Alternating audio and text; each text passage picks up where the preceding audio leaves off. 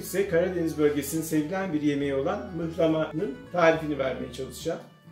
Mıhlamanın için kuymak peyniri denen ya da mıhlama peyniri denen peyniri bulabilirseniz bunu kullanmak daha iyi olur. Kaşar peyniri de kullanılabilir bu peynir bulunamazsa.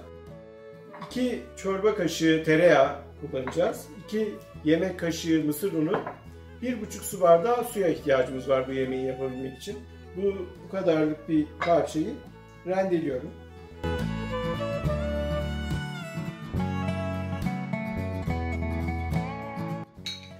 İlk önce 2 kaşık tereyağı,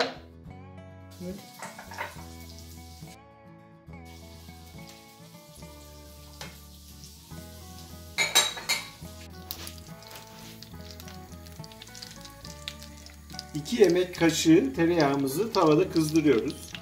Daha sonra üzerine 2 yemek kaşığı mısır unu ekleyeceğiz.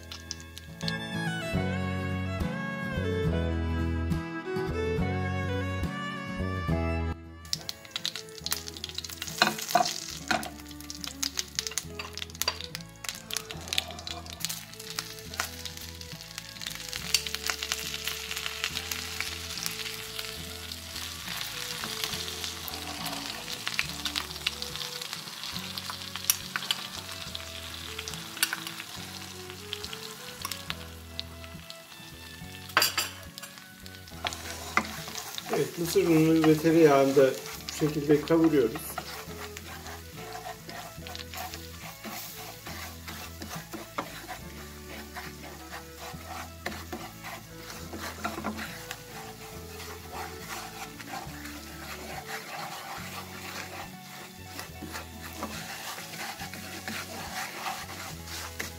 Evet, bunun üzerine yaklaşık 1,5 su bardağı su ekliyoruz. Benim bardağım biraz büyük olduğu için tek bir bardakta bunu ekleyebiliyorum.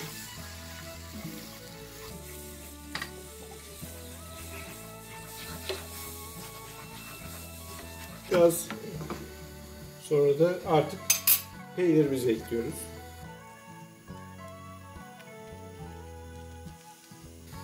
Ve sürekli karıştırarak peynirimizin kıvamını tutmasını sağlıyoruz.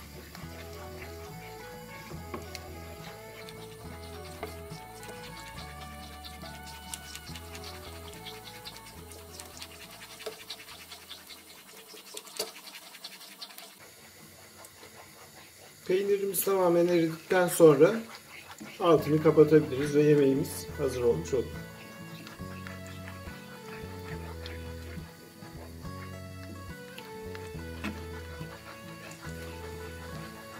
İsterseniz biraz daha tereyağı koyarak biraz daha yağlı bir duruma da getirilebilir. Bu halde oldukça güzel oluyor.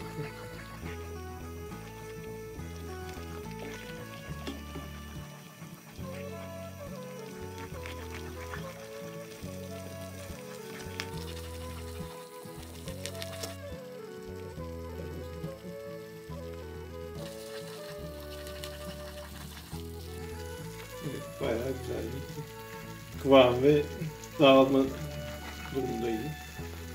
Evet, bu şekilde artık altını kapatabiliriz.